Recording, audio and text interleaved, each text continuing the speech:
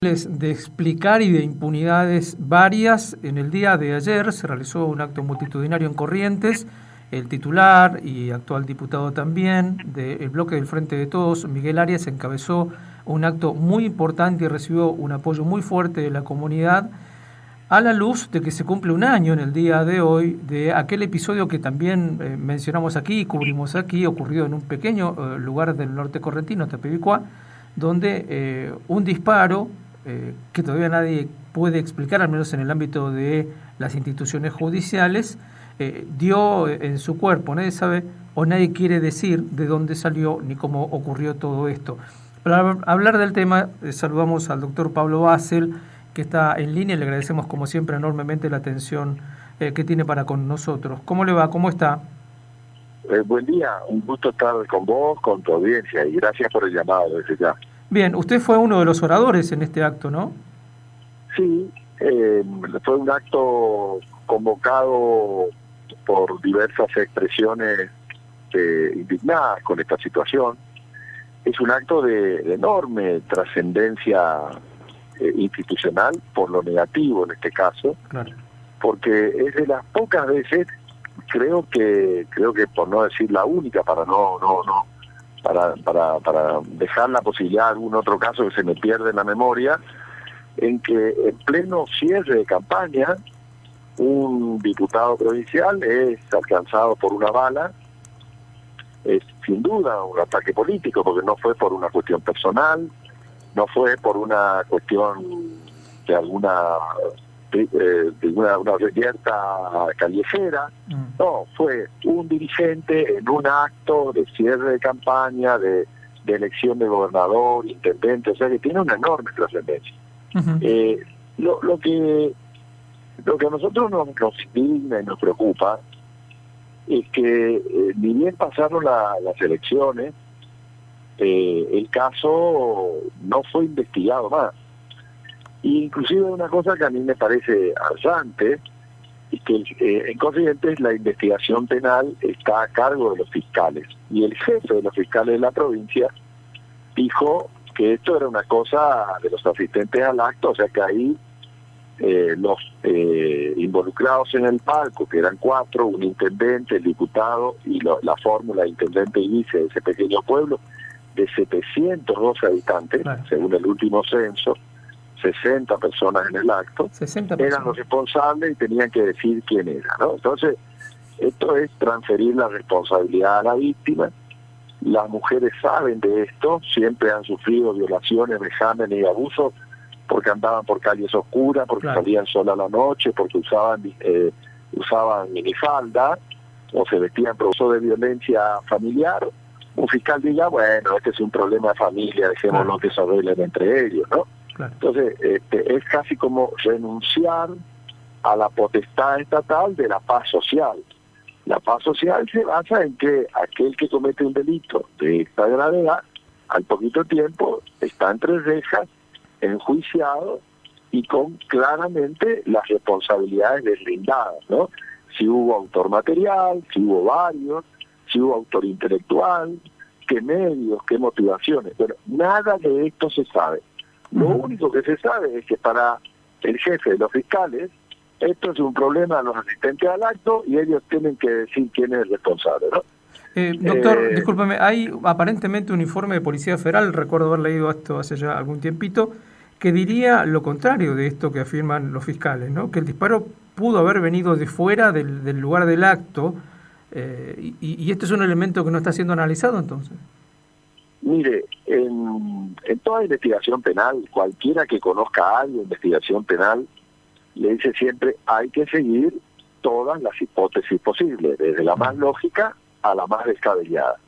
Acá, automáticamente, al conocerse el hecho, la entonces ministra de Seguridad viajó a la zona, ofreció toda la colaboración, y Gendarmería Nacional y Policía Federal hicieron un informe balístico de 200 páginas que alertaba de dónde podían venir las opciones a partir de unos mecanismos que los sistemas, las computadoras hoy elaboran en base a dónde estaba cada persona.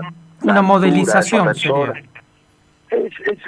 no sé el nombre técnico exacto, pero digamos, viendo dónde estaban parados las personas y la posible trayectoria de la bala, es que uno dice de qué distancia puede venir el tiro y desde dónde. Bueno, no fue atendido.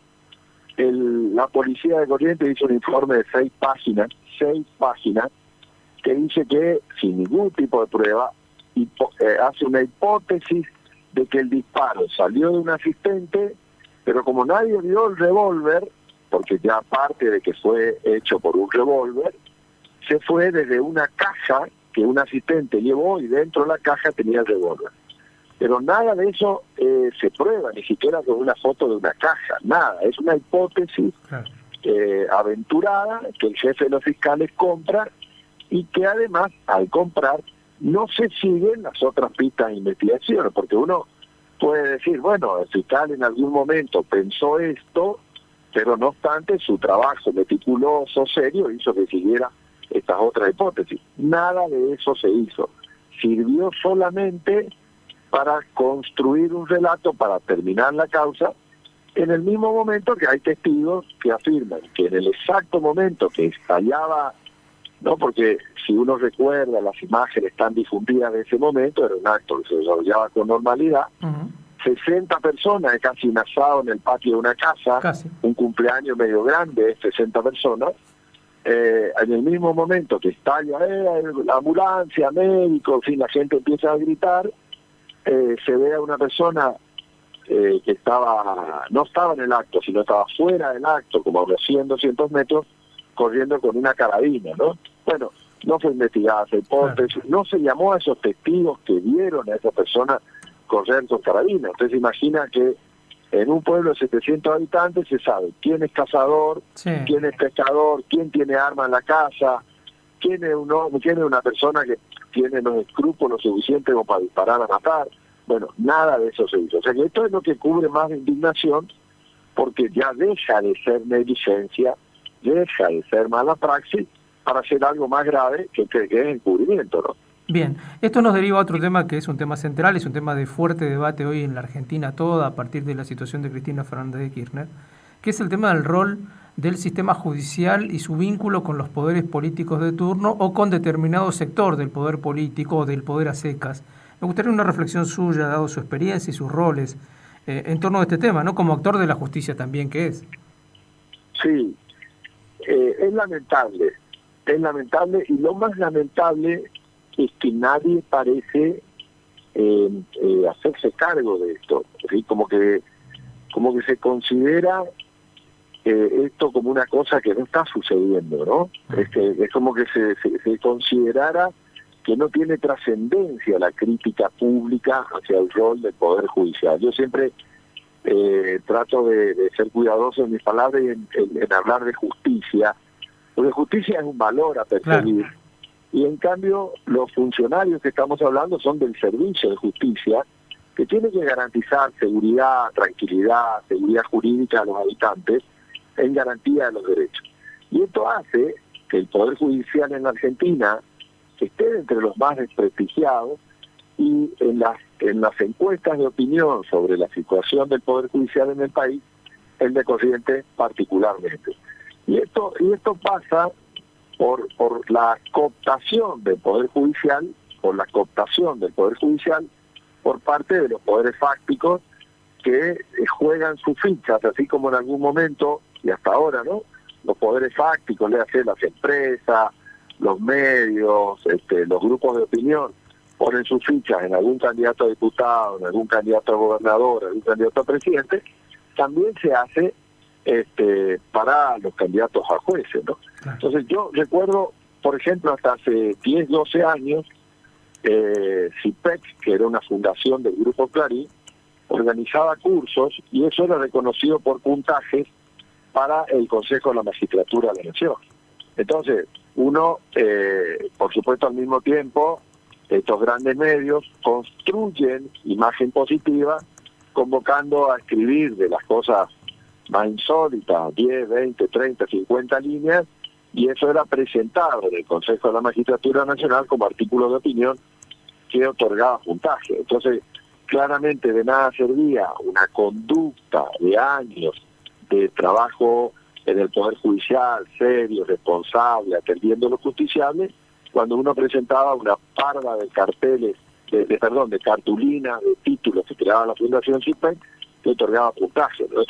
Esto de alguna manera fue dejado de lado, pero lo que quiero decir es que no es un problema de hoy, fue un mecanismo que se fue construyendo, un mecanismo que se fue armando, que hizo que existieran magistrados, funcionarios judiciales, más atentos a lo que le pudieran decir en el oído sus mentores que a las necesidades que manda la Constitución y las leyes, ¿no? Entonces, es un problema grave, es un problema que amenaza la paz social, porque, a ver, el Poder Judicial es el mediador entre su conflicto y el mío, o el suyo y el vecino, o el suyo y su grupo económico con quien tiene dificultades, o el mío con mi familia, si tengo un conflicto familiar.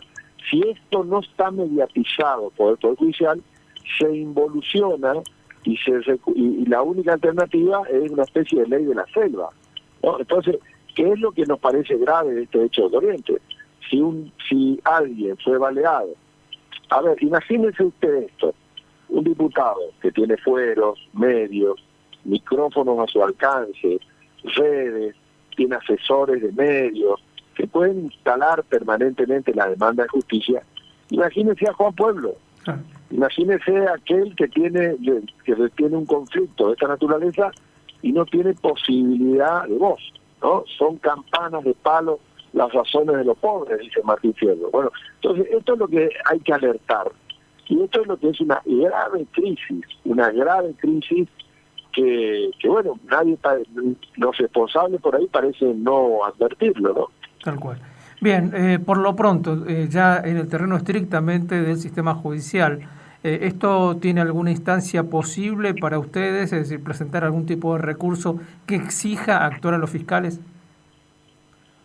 Lo que nosotros estamos tratando de hacer, específicamente en cabeza del accionar legislativo de Miguel Arias, es conseguir los fondos para hacer una recompensa, ¿no? Vemos permanentemente en los medios que cada tanto aparece quien dé datos certeros que permitan la individualización de fulano de tal, imputado por tal cosa, en tal crimen, será recompensado con una cifra tal. Bueno, el gobierno de Corrientes nada hizo por eso, ese que cayeron dejó morir y no se le ocurrió ni siquiera una recompensa, que es hasta un gesto de buena voluntad.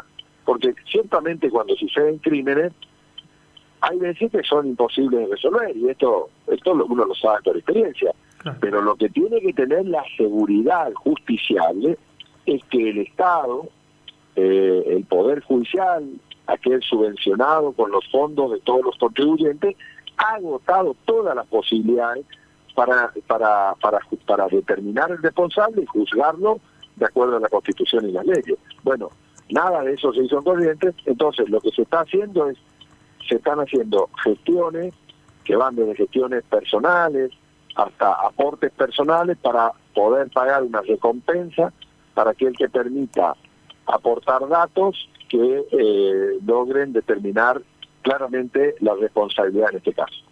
Perfecto, doctor. Le agradecemos muchísimo la amabilidad de atendernos como siempre. No, muchas gracias por ustedes por ocuparse del tema. A disposición y un gusto. Que tengan buen día. Igualmente. Charlábamos con el doctor Pablo Basel,